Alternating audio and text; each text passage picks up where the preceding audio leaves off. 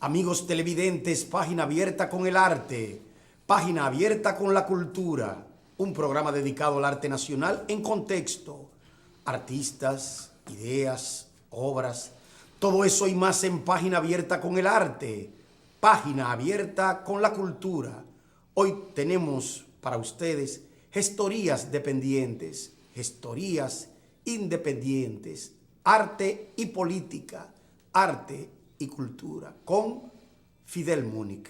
Fidel, bienvenido de nuevo a nuestro programa.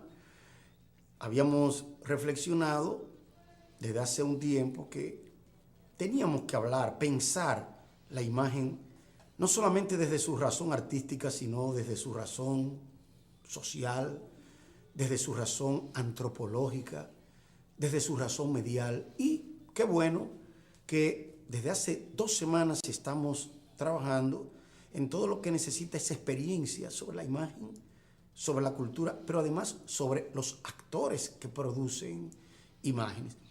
En estos días he estado vinculado a una serie de profesores de arte y de propuestas de arte que se quieren lanzar, se quieren ir trazando desde una perspectiva de la apertura. Hemos hablado de estéticas decoloniales, estética y decolonialidad, culturas ya no alternativas, sino culturas en movimiento. Y todo esto ha dado lugar a diversas curadurías. A propósito de nuestra maestría en curaduría y crítica de arte, que estamos proponiendo y que ya se está implementando allá en la Facultad de Artes y desde la Escuela de Crítica e Historia del Arte. Todo esto ha planteado una problemática que, si bien llama a la discusión, también llama a la reflexión. Y eso porque ya las imágenes artísticas y culturales han creado universos, pero al mismo tiempo han creado modos de leer, de comprender, de accionar dentro de lo social. Y como tú sabes bien, la misma historia del arte y la misma crítica de arte son ramas de la historia social, no ya humanidades puramente, sino que son tejidos, espacios reflexivos desde los cuales nosotros advertimos toda una conciencia social, estética, política, productiva, y desde ahí ya es fácil advertir cómo este fenómeno da lugar a ciertas concepciones y al mismo tiempo a ciertas visiones sobre el arte y la sociedad. La imagen nos sigue preocupando, ¿no? En la era de la imagen, en la era globalizada, en la era digital, vivimos saturados, sobrecargados de imágenes, están por todas partes. La imagen es como Dios, omnipresente, ¿no? Está en todas partes. Y en esta era de la imagen se hace cada vez más necesario enseñar a leer las imágenes, a comprender las imágenes como parte de nuestro mundo. Enseñar a leer las imágenes de nuestro mundo es aprender a leer en nuestro universo, ¿no? En nuestro universo social, cultural y existencial también. Por eso insistimos en que el tema de la lectura, y no solamente la visión de las imágenes, sino la lectura de las imágenes, debe formar parte esencial, integral de la educación artística en las universidades.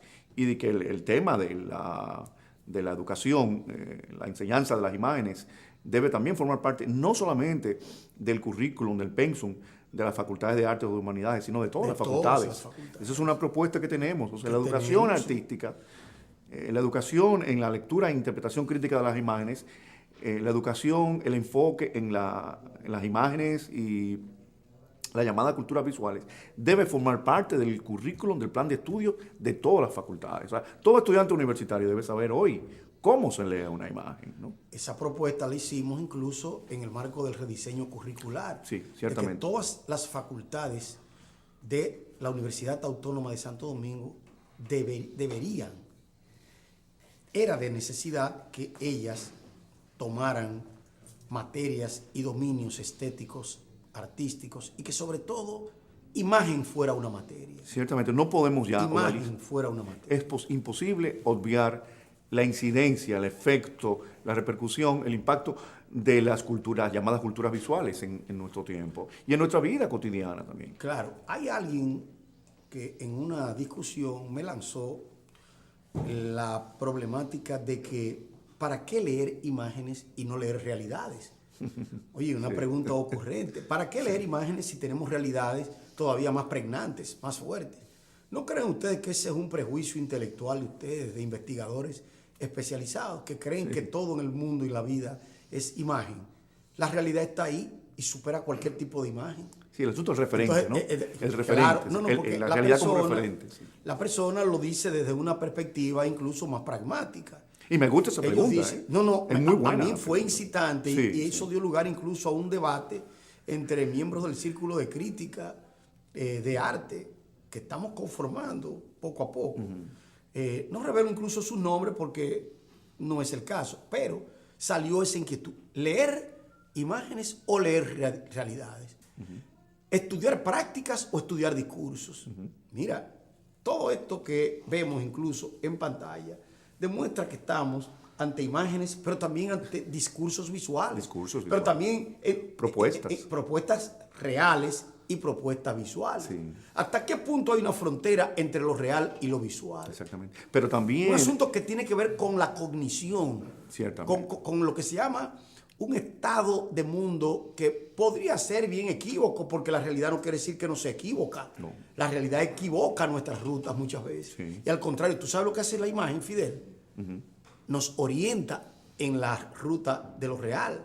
O sea que hay realmente una dialógica existente entre imagen y realidad que no creo que, aunque se ha insistido mucho, realmente muchos incluso especialistas hayan tomado conciencia de eso.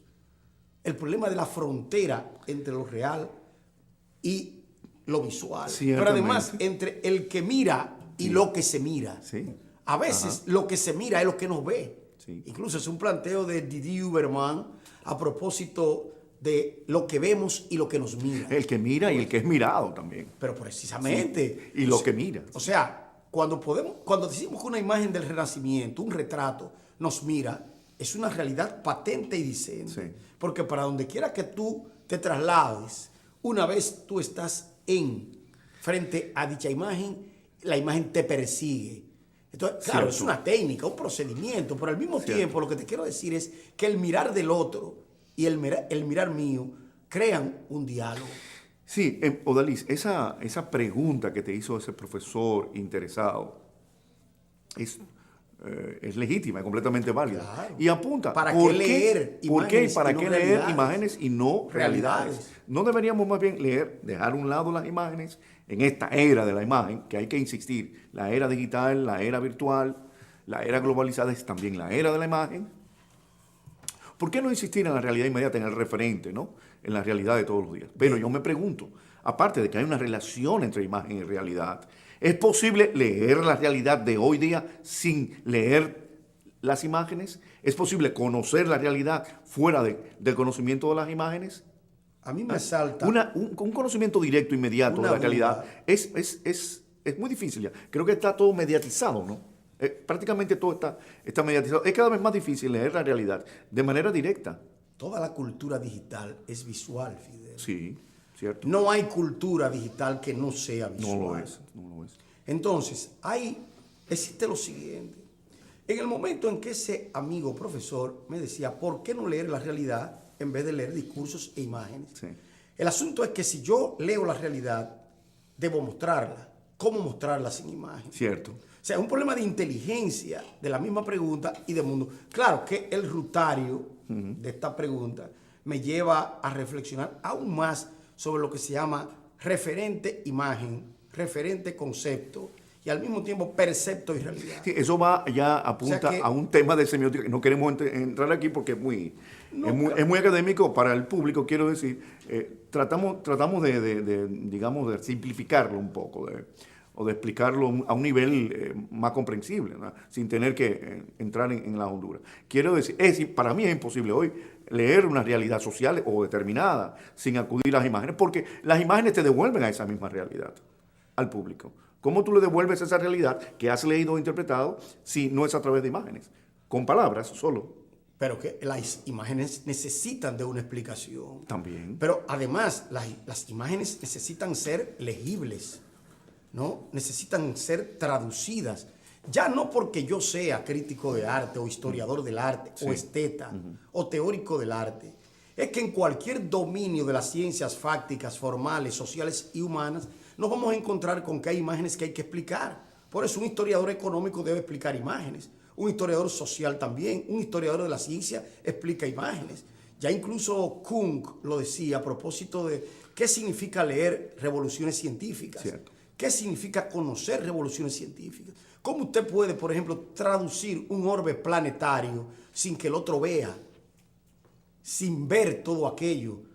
¿Cómo, por ejemplo, traducir eso que está en pantalla? Esta es la realidad Por dominicana, ejemplo. ¿no? Sí, pero por ejemplo, para tú traducirlo, Sí. mostrarla, tú tienes que la vea el otro. Sí, claro. Si yo leo esa realidad ausente de la mediación, no tengo imagen. No hay.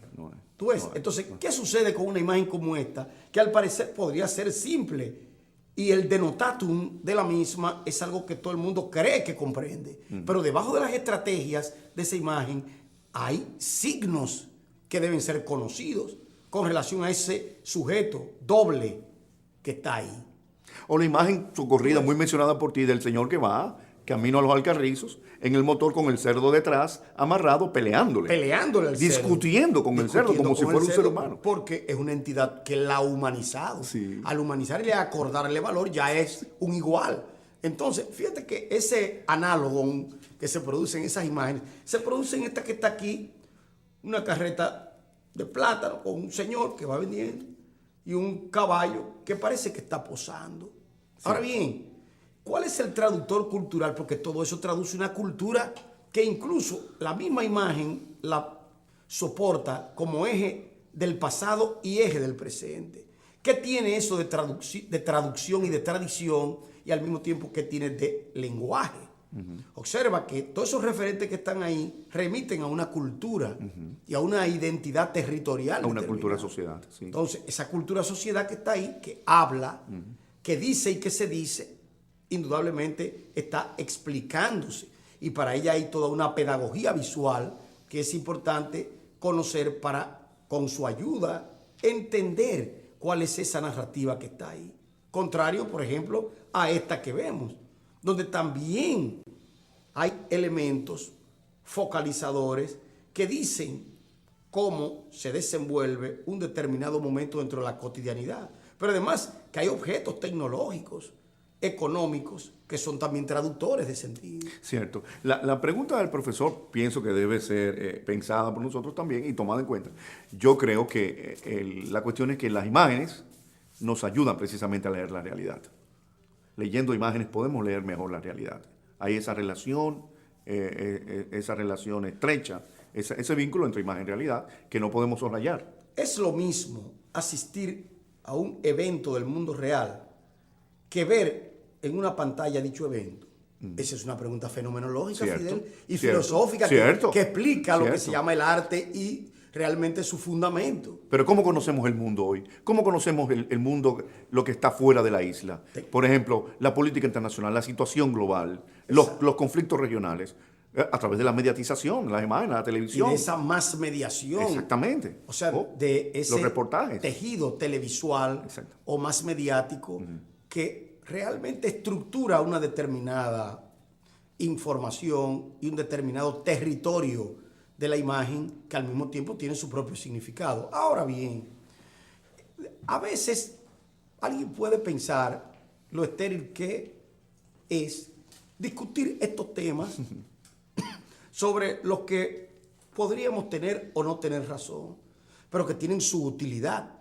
Y utilidad para la educación social, la educación cultural y los mismos medios, que son los que facilitan a veces informaciones, a veces mundos y a veces también imágenes como esta que vemos. Sí.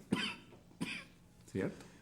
Una imagen que usted dirá, bueno, es una imagen de lo cotidiano, pero también es una imagen de la extrañeza. Usted dirá, ¿y por qué extrañeza si ahí van dos tipos montados en un motor, un hombre y una mujer, un hombre con la barriga afuera y una mujer que parece que van para la playa también o que están en la playa? ¿Qué puede tener de extraño ahí? Y un niño en el medio. Sí, pero Hay un bebé casi aplastado. Pero que puede realmente traducir esto que no sea lo que ha traducido esas imágenes que hemos puesto, Cierto. de 5 en un motor, 6 claro. en un motor, ¿Qué un novedad accidente, tiene? ¿qué novedad tiene? Sí. O sea, que una repetición de un tipo Sí. y de un tópico. Ciertamente, ¿no? El asunto de la imagen, bueno, es para mí que es infinito, ¿no? Para mí que es infinito porque siempre, siempre aparecen nuevas realidades emergentes. Ahora bien, Odalis, el estudiante nos pregunta, el estudiante universitario nos pregunta, profesor, le presentas una imagen y dice, ¿qué significa esa imagen? Igual que cuando va a la exposición, ¿qué significa ese cuadro? El cuadro no tiene que significar necesariamente. Pero cree la gente que puede, cada vez que ve una imagen, esa imagen tener un significado. ¿Qué es lo que hace que esa imagen tenga un significado o no lo tenga? Porque puede no tenerlo. Cierto. Ahora bien, al decir de algunos semiólogos, cualquier cosa que funciona como imagen tiene un significado y tiene un significante. Pero sobre eso vamos a hablar, Fidel, en nuestro próximo segmento.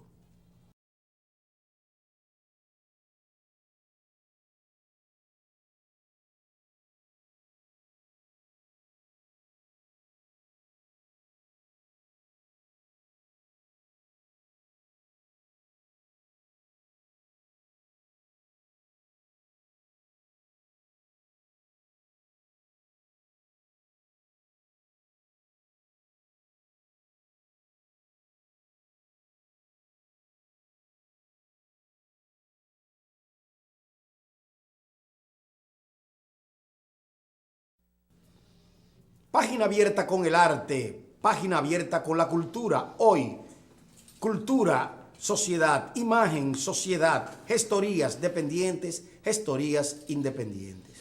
Odalis, el otro día yo, visitando la torre administrativa, la nueva torre administrativa de la universidad, creo que iba al piso 8, donde queda las oficinas de nuestra Escuela de Historia y Crítica de Arte, me encontré con el profesor Alejandro Abreu, el sociólogo, y me comentó un trabajo que yo había publicado recientemente en Areito a propósito de las culturas visuales, y me dijo, Fidel, qué bueno que publicaste esto, y además que llegaste contextualizaste, como te enraizaste, hablaste, por ejemplo, de las pantallas electrónicas que hay en las intersecciones de avenidas y todo eso. Porque yo lo utilicé, me dice, en mi clase de introducción a la sociología con mis estudiantes, en la clase de ciencias sociales, en la clase de sociología, para enseñar a los estudiantes cómo se debe descodificar la realidad o interpretar, ¿no? Cómo hay que leer la realidad. El estudiante está cada vez más necesitado de eso, porque hay mucha confusión hoy, ¿no? Hay esta invasión, esta sobresaturación de imágenes, ¿no? Hace falta, demanda precisamente esto, ¿no? Y ahí entra la semiótica, ¿no? Mira, o sea, Fidel, hay que interpretar, ¿no? yo he estado revisando una serie de manuales de antropología norteamericanos, publicados por la editorial McGraw-Hill, y me he puesto a comparar ese tipo de publicaciones con las publicaciones anteriores del dominio especializado. Resulta que dentro de lo que se llama la concepción del libro de antropología y además de la publicación antropológica, ya cualquier libro sobre ese tema que se publique tiene que tener un gran porcentaje de imágenes para ser puesto a la disposición de los que enseñan y los que son enseñados. Como requisito, digamos. Requisito porque además no es solamente por la comodidad de lo que yo veo, sino por la comodidad de lo que se aclara mediante lo que yo veo. No es lo mismo explicar el parentesco teóricamente con una serie de esquemas y diagramas que explicarlo con una imagen donde vemos a un padre, un hermano, un tío, un primo y demás categorías, ¿no?, de parentesco. Entonces, te pongo ese ejemplo porque hay una instrucción que hace ver el objeto a través de lo que se llaman los elementos emergentes que pueden dar o explicar o señalar razones sobre la verdad o la funcionalidad de este tipo de objetos o de los objetos. Claro está que cuando nosotros visibilizamos un determinado contenido en la región que sea, nosotros decimos, bueno, es una imagen, pero esa misma imagen puede estar en tal dominio. Porque ya hemos dicho aquí que hasta en medicina, en sociología, en política o en arte tenemos imágenes. Las imágenes no son privativas no son dominio del arte, del pero arte. además no es un dominio de la historia o de la crítica del arte, sino que la crítica de artes visuales utiliza. Por eso, últimamente, no se sabe, hay personas, profesores, que no se explican por qué Hay una serie de sociólogos, etnólogos, estudiosos políticos, estadígrafos, que están sumando o están utilizando las imágenes para su trabajo. ¿Qué buscan sociólogos metiéndose con imágenes, analizando imágenes, enseñándonos por imágenes, cuando ellos no son críticos especializados de esto? Sin embargo, es de la sociología, desde la política, desde la antropología y desde otras disciplinas, como se ha especializado el dominio de lectura de las imágenes. Recuerdo yo que por los años 70, los sociólogos argentinos y los estudiosos de las clases sociales y de teóricos de la dependencia hacían mucho énfasis e hincapié en tener archivos de imágenes para explicar realidades políticas y sociales. Algo que hizo avanzar la problemática de la educación, cuando todavía no hablábamos de educación multimedia, nadie tenía computadoras ni nada por el estilo. Sin embargo, a través de esa incursión de lo visual, hubo que poner la materia fotografía documental, óyeme bien, en los estudios de sociología. Fotografía documental en los estudios de sociología. Qué interesante eso que apunta, Jodalí, porque estamos apuntando precisamente a la relación entre la imagen y el concepto, ¿no? Entre la imagen y el concepto, no bastaba explicar los conceptos sociológicos, había que acompañarlo del dato, el registro visual, ¿no? Como lo llamamos. Jodalí, en estos días yo leía un librito de un fotografías de un famoso fotógrafo alemán que hizo fotografías de la Alemania, de la República de Weimar, de la Alemania de antes de la guerra, de la Alemania nazi y después. Y el presentador, el prologuista lo presenta, dice, este maestro de la sociología sin palabras. Claro, y me parece una magnífica definición de la fotografía. A propósito que eso, la fotografía documental retrataba tanto a nobles y aristócratas como empresarios industriales, obreros, artistas ambulantes, pintores, bohemios y todo tipo de gente. Y decía, él precisamente definía la fotografía como sociología sin palabras. A mí me parece un acierto esta definición. Y que quería decir, el otro punto, el otro aspecto a enfocar, es que las imágenes, la lectura y el estudio de las imágenes no es terreno exclusivo de nosotros, de los que nos dedicamos a la historia y la crítica y teoría del arte, o a los de los filósofos. No es exclusivo de las facultades de artes o de humanidades, sino que es propiedad de todo el mundo, ¿no? Precisamente por eso yo he puesto o he hecho la propuesta de que en todas las escuelas y facultades se enseñe el estudio de las imágenes. Debe haber una materia que se llame imagen. Una propuesta que las autoridades deben tomar en cuenta y asimilar, porque en el futuro, y no tan en el futuro lejano, yo digo en el presente. En el presente, sí. Es necesario. Tú sabes que eso encuentra resistencia, ¿no? Encuentra resistencia porque eso es arte, ¿no? No. Eso es arte, ¿no? No, que eso es análisis. Exactamente. Análisis de mundos, análisis de realidades. Cuando se dice que una persona debe comprender la realidad social de su país, ¿cómo la va a comprender? Sí. Él para comprender tiene que leer, pero tiene que ver también. Tiene que ver, sí. Y lo que él ve es realmente algo que está codificado, porque tú sabes que la realidad está fragmentada y esos fragmentos son fragmentos de mundo. Ahí está. Volvemos a la pregunta inicial del amigo profesor. ¿Cómo leer la realidad? ¿Cómo podemos leer la realidad? ¿Podemos leer las realidades directamente sin apelar a las imágenes? Esa es la pregunta. En la era digital. Pero ubicar un fragmento también significa, por ejemplo, ubicar lo que es lo real. Mira, por ejemplo, esa imagen, ¿no? Una imagen de aquella que pusimos sobre New York y las celebraciones y todo. Sí, exacto. Los dominicanos. Los dominicanos, pero es una imagen de los dominicanos. La comunidad, sí. De los dominicanos fuera de su espacio. Sí. O en base a la construcción de un espacio fuera de su territorio. Fuera del territorio. De origen. Sí. Y sin embargo, como esa tuvimos, ¿tú te acuerdas de la chica que tenía la bandera y tenía el vestuario con la bandera? Sí. Significando que la bandera era su propio sexo, su propia vida. Sí. Y al mismo tiempo una imagen crítica. Con los senos. Que incluso atrajo la atención de nosotros y sé que hicimos un análisis. Pero también ese es un fragmento de mundo. Un recorte de lo real. Si, por ejemplo, no utilizáramos, mira lo que estábamos hablando. Sí. Si nosotros no hubiéramos utilizado ese tipo de construcción, ¿qué hubiera sucedido? Un amigo me ¿Podíamos dijo, hablar de realidades o construcciones? Un amigo me dijo que esos ojos verdes no son dominicanos. Claro. Esa es una imagen racista, me dijo, y hispanófila o no sé, me dijo todo eso y dije, bueno, no sé. esa es tu lectura, ¿no? Porque no puso ojos negros, pardos, o color café. Pero hay una equivocación. Pero también hay. Pero hay una equivocación. Eso es- ¿Por qué tiene que ser hispanófila? Como No, que no lo tiene que hispánico ser. es lo único que tiene ese tipo de ojo. No. Podía ser germanófila, Sí, claro. ¿no? O sea, podía ser de otro Como tipo. si los ojos aquellos ojos verdes no Claro. fuesen dominicanos. Lo tienen hasta nuestros negritos, Claro, algunos tienen esos cierto, ojos verdes. cierto. Pero además, vamos a obviar el detalle del Del tipo color de del ojo, sí. Lo que veo que es equivocado es que él diga que esa imagen es hispanófila. O sea, que territorialice la imagen sí. solamente por un detalle. No, él incluso lo dijo racista. O ¿no? racista, Sí. como que los ojos tienen también una raza, una etnia determinada, Sí, claro. un predominante también cultural. No. O sea, también hay un reduccionismo en Sí, ese sí. tipo de Ese lectura. rostro es tan válido como un rostro mulato o negro o cualquier otro. Pero además que eso no es lo importante, No. sino lo que indica. Lo que indica. Lo que indica. significa. Y esa cruz que está ahí, Sí. que sigue siendo una cruz del sacrificio, Sí. de lo que se paga. Y además, que indudablemente... Ahí está. Entonces, ese no es racista, porque ese no sería racista. Exacto, porque él cree que racista tiene que ser solamente lo que proviene de los símbolos dominicanos. Pero mire esa dominicanidad bifronte prácticamente, las Claro. dos chicas, ¿no? Y qué buena composición, ¿no? Claro, ¿no? Y que está tachada prácticamente. Sí, tachada. Porque eso no es nada más cruz. No. Eso también puede ser un trazado de negación. También, es muchas cosas. O sea, que además es una imagen denegadora. Sí, con el pelo crespo, Pues. el pelo malo, alborotado, despeinado, ¿no? Todo eso, ¿no? Pero hay una presencia incluso étnica con la imagen que está detrás. Sí.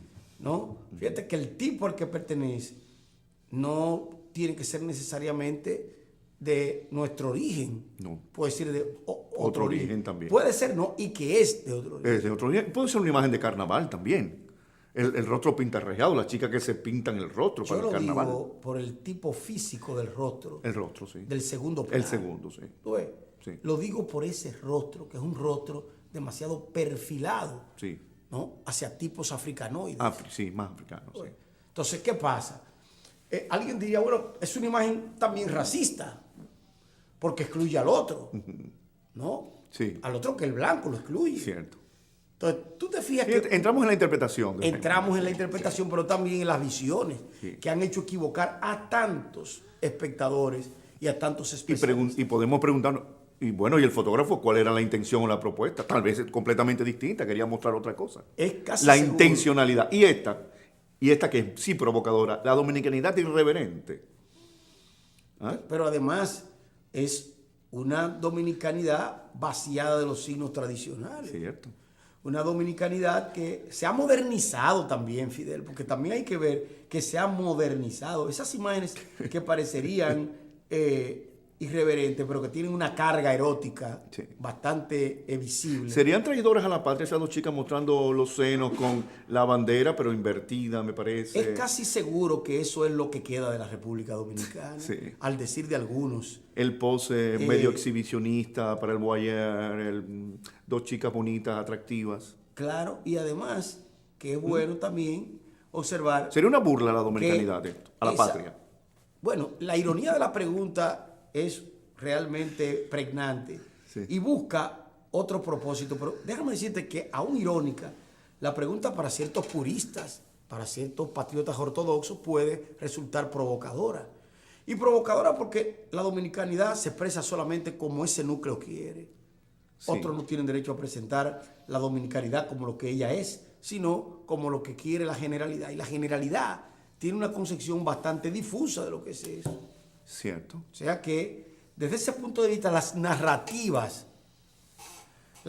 son traductoras también de estados, de fuerzas, de vectores. Son traductoras de aquellos vínculos que registran un mundo, pero también registran acciones. Pero yo me pregunto, Dalí, volviendo a la imagen anterior de las chicas esa con los senos desnudos, mostrando los senos, los pechos y la bandera y los colores de la bandera, esa alusión. ¿Ahí está realmente la burla, la ironía, la irreverencia, la falta de respeto? ¿O más bien ellas están en una inconducta?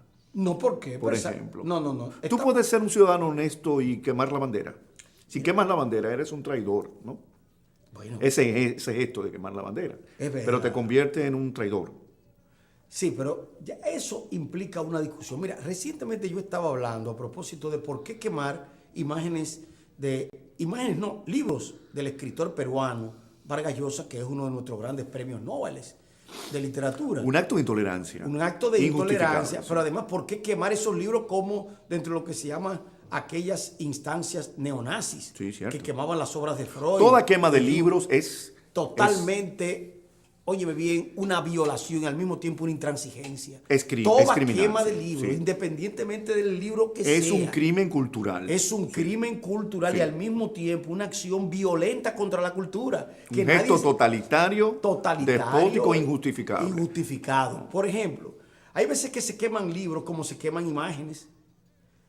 He dicho que la quema de libros y de cuerpos es la misma quema. Es un acto inquisitorial. Inquisitorial. Reprobable y deleznable, no importa de quién venga. No importa. Pero además. No importa de quién venga. Pero además. Y no importan los motivos tampoco. Sí, pero además, otra cosa. Que quemar un libro, oye bien, no es quemar una ideología. No. Ni quemar un pensamiento. Quemar un libro es, de hecho, un acto intolerante y al mismo tiempo un acto que tiende a la criminalidad cultural. Cierto. Y a lo que se llama la destrucción del sujeto que realmente tiene su representación y tiene su visión. Los defensores del acto dirán, esto fue un acto simbólico como el musulmán extremista Claro. quema la bandera norteamericana, es un Exacto. acto simbólico, Sí, realmente una manera de destruir como sujeto, ¿no? Pero va más allá del acto simbólico. No es solo un acto simbólico, Dalis. Sí, Fidel, sobre ese y otros aspectos vamos a seguir hablando en el próximo segmento.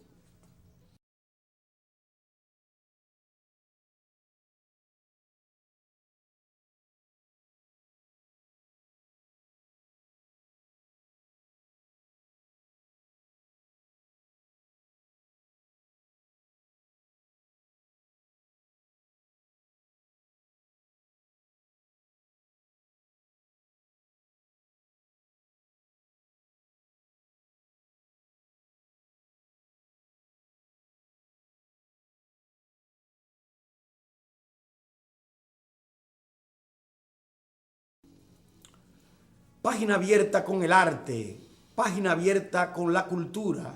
Hoy una página crítica sobre la relación arte y sociedad. Fidel, a propósito de la quema de libros, digo esto porque hay muchos grabados en la Edad Media y en el mismo Renacimiento y en el siglo XVI de quema de libros y quema de cuerpos. Porque fíjate que hay una relación, un vínculo entre la quema de libros y quema de cuerpos. Cierto. Pero también entre la quema de libros y la quema de ideas. El saber.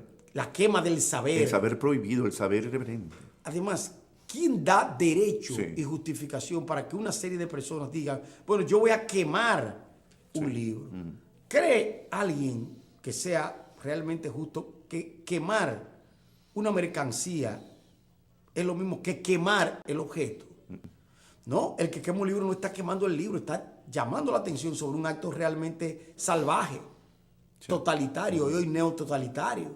A propósito de eso, yo había escrito en una ocasión un ensayo que alguien creyó que era exagerado. La lengua del fascismo, Sí. la lengua Lo del recuerdo. totalitarismo. Sí. Alguien me dijo, pero ¿y aquí hay un totalitarismo? Aquí hay un fascismo o un neofascismo. Yo mismo advertí que era como un yo título un decía. tanto radical. Era un tanto radical. Con el tiempo, Sí. ese ensayo ha pasado a ser ya incluso equilibrado. Sí. Lo que antes queríamos que era realmente a lo mejor una exageración mía, mira cómo después, incluso, se ha repetido ese acto por parte, incluso de ideólogos que tienen una vertiente neonazi y Sí. que han recuperado, oye bien, han reactivado esa vieja historia criminal y al mismo tiempo esa historia de exclusión. O sea, si tú y yo somos diferentes, Sí. nuestra diferencia debe traducirse en represalia. Entonces, yo quito, quemo o rompo uno de los símbolos de ese sujeto. O prohíbo. O prohíbo. O prohíbo. Prohibir Claro. libros, prohibir libros. No se deben prohibir libros de ningún tipo. Pero ya hemos tenido ejemplos de Trujillista prohibición. o antitrujillista. Pero oye, hemos tenido ejemplos de eso. Cierto. De manera que la lengua del totalitarismo y la prosa del totalitarismo son mediaciones que van en contra precisamente de la producción creativa. Debimos traer la imagen de la quema simbólica de la novela La fiesta del chivo de Mario Vargas Llosa. Ya lo hemos definido como un acto intolerante, pero es muy desagradable. Suerte que no es un acto que se ha repetido y no podemos tampoco tomarlo como si fuera se va a repetir, Fidel. Es probable que se repita. Yo espero que no se repita. Pero tú sabes por qué se va.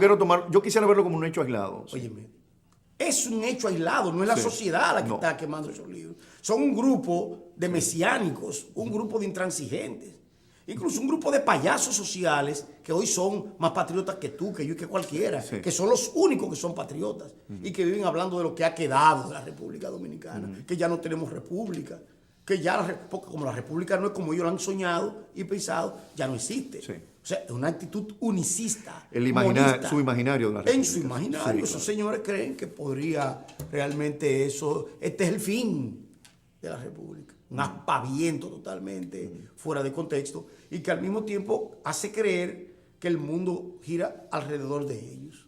Entonces, ¿qué pasa? Y hay que hablar también de la gestoría, porque todo esto parte de un concepto de gestoría, de curaduría, que depende de otros vínculos o que es independiente de esos vínculos. Fidel, el trazado de nuestros días, el trazado intelectual, realmente apunta a una búsqueda. Y hay personas que son responsables de las críticas y de las crisis en un determinado momento. Porque hay mercados de la crisis también.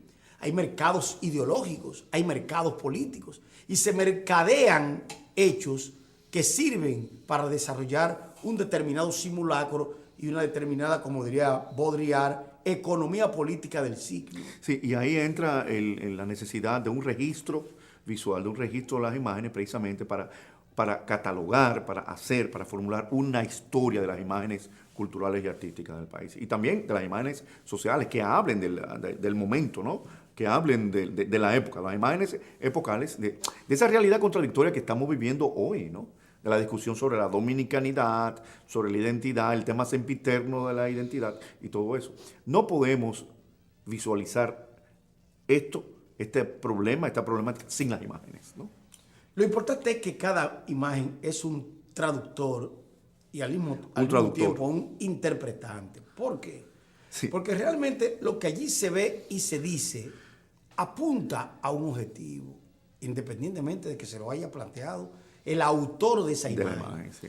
O sea, el fotógrafo, el pintor, el escultor. Pero, sin embargo, él está trabajando desde el punto de vista psicocomunicativo y sociocomunicativo con esta imagen. Sí.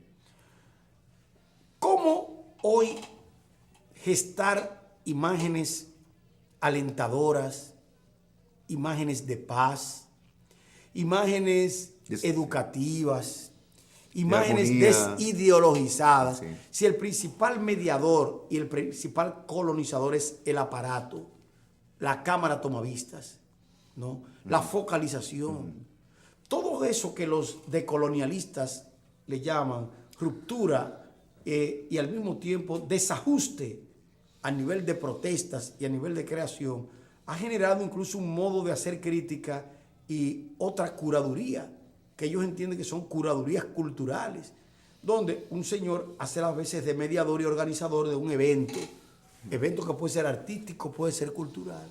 La noción de curador no es necesariamente privativa de los críticos de arte, sino que se curan espacios, se curan fenómenos que son importantes para adquirir, para producir un diálogo entre los significados. Odaligi, yo pienso, no habría que pensar ya en una curaduría más allá de la curaduría propiamente artística, o sea, una curaduría de lo social. Precisamente, esos conceptos ya existen. De lo político, de lo epocal, ¿no? De lo que nos rodea, ¿no? No solamente para clasificar las obras de los artistas, sino más allá, ¿no? Mira, hace unos años en Colombia se dio un trabajo orientado por un teórico argentino que vive desde hace tiempo en Estados Unidos, pero que hace su trabajo por Latinoamérica. Me refiero a Walter Miñolo. Y habló de una estética decolonial, en el sentido de que esta estética ya no era la misma estética grecorromana, no era la misma estética occidental, sino la estética de los desajustados, de los protestatarios, de aquellos que pueden decir que no de los a un excluidos. determinado modelo. Pero además una estética antigenealógica, antifotográfica. Y se hablaba a propósito... Y que no es una estética de la representación tradicional. Y se hablaba, ¿no? a propósito de todo esto, de una confrontación. Sí. ¿Cómo puede ser una confrontación a propósito de lo que son esas visiones que hoy se llaman alternativas y críticas, pero también procuradoras de informaciones, significados y visiones? O sea, que hay realmente una trayectoria que empuja otra trayectoria y al mismo tiempo produce otros vínculos. Él tiene esa frase famosa, ¿no? Nos pusieron nombres. Claro, Como dice, ¿no? Todos los Nos nombres llamaron. y todos los territorios fueron puestos por otros. Sí. De ahí la alteridad, Como él dice, ¿no? y de ahí la otredad. O sea, de ahí que cualquier sujeto tenga también su sello, su sentido de la cosa. De todos modos, él no escapa a la determinación de un determinado poder, de una determinada dominación o dominio areal. Por eso es importante explicar esto de las curadurías artísticas y culturales como un fenómeno que es y que va evolucionando poco a poco, que va constituyendo trazados donde ya lo artístico y el arte realmente se caracterizan por lo que valen desde el punto de vista de su intrusión y su instrucción en la sociedad. Si se hace, es un dominio nuevo, yo diría, pues, que obedece a una realidad emergente, ¿no? Claro. La curaduría más allá de lo propiamente artístico, ¿no? Como tú dices, lo cultural, ¿no? Lo social, apuntando a una realidad cada vez más contradictoria, más agitada, más una realidad dinámica, ¿no? En permanente cambio, ¿no? Una realidad que no está ahí, que no es estática, ¿no? Que siempre está traduciendo nuevos contenidos, exponiendo nuevas situaciones y con un sujeto también en crisis. Claro, un sujeto en crisis. Pero ¿no? que Una realidad convulsa. Ese sujeto no va a desaparecer necesariamente por la crítica que tú le hagas, pero también lo que nosotros vemos a través de un proyecto curatorial y crítico, realmente lo estamos viendo en una perspectiva de futuro y de presente, aunque recupere elementos del pasado, pero una perspectiva de presente y de futuro que también va a tener que ajustarse y adoptar en el futuro lo que se llaman todos esos cauces, esos movimientos, esas líneas que son y que comportan un pensamiento visual. Una curaduría, teníamos un concepto más abierto, dinámico de la curaduría, ¿no? Se trata de eso, entre otras cosas, ¿no? Y la relación con otras disciplinas. Claro, esa gestoría dependiente e independiente de la que hemos hablado, concurren precisamente en eso. ¿Qué es lo que busca un gestor o curador independiente a la hora de hacer una propuesta? Cierto. Fíjate que desde ese punto de vista las tramas, los recortes y los fragmentos se van sumando y se van extendiendo lo que se llama el marco de un territorio real e imaginario. Por lo que tenemos que tener cautela, prudencia incluso con ciertas imágenes que se desbocan y nos hacen desbocar a nosotros. Sí, hay que dejar hablar a las imágenes, se están provocando. Claro. Hay que dejar que hablen, ¿no? Pero también las imágenes deben ser corregidas. Sí. Fidel, hay lo que se llama una especie de corrección textual de las imágenes. Y es que tú, al mismo tiempo que tú las ves y que las utilizas, también hay un correctivo de esas imágenes. Y ese correctivo va en pos de enriquecer a la imagen. No es un correctivo en que yo voy a pintar de nuevo, voy a quitar cosas que no me convienen. No, porque ya sería. Pero el correctivo es un correctivo crítico, curatorial. Sí. Sí, ahí entra la interpretación, ¿no? Ahí entra la lectura crítica. Claro, pero no solamente se trata de la interpretación, sino del valor. El valor como producto y el valor como proceso. Cierto. Que apuntan realmente a los lados más importantes de la cognición a través del arte, la cultura. Lo que estamos viendo es que las imágenes, el mundo de imágenes nos complica. Parece complicarnos la vida, pero es así. Estamos todos los días, ¿no? Abrimos el periódico o abrimos la computadora y vemos la prensa digital, leemos algo, hay imágenes. ¿Y qué significan esas imágenes? ¿Y qué traducen esas imágenes? ¿Qué nos están diciendo todas esas imágenes? Claro, porque la noción de imagen ¿Qué significan para nuestras vidas? ¿Perdón? La noción de imagen es también traductora. Traductora, No exactamente. solamente procuradora, sino traductora. Y hay otra cosa, las imágenes que no son unívocas, que son plurívocas, que admiten muchos significados distintos, Sí, porque difíciles incluso, equívocas o difíciles de interpretar, ¿no? Porque hay registros también, hay dinamismos, hay todo aquello que permite que desde lo que se llama el mundo de la imagen se pueda tejer un determinado tema y un determinado elemento vincular. A partir de ahí, entonces, nosotros podemos decir, ¿qué pasa hoy con las imágenes? ¿Qué sucede hoy con los mundos imaginarios? Fidel, sobre ese y otros temas Sí, vamos a hablar en volver. nuestro próximo programa porque nos están haciendo señas y es necesario terminar. Así hemos llegado al final de una emisión más de Página Abierta con el Arte, Página Abierta con la Cultura. Hasta pronto.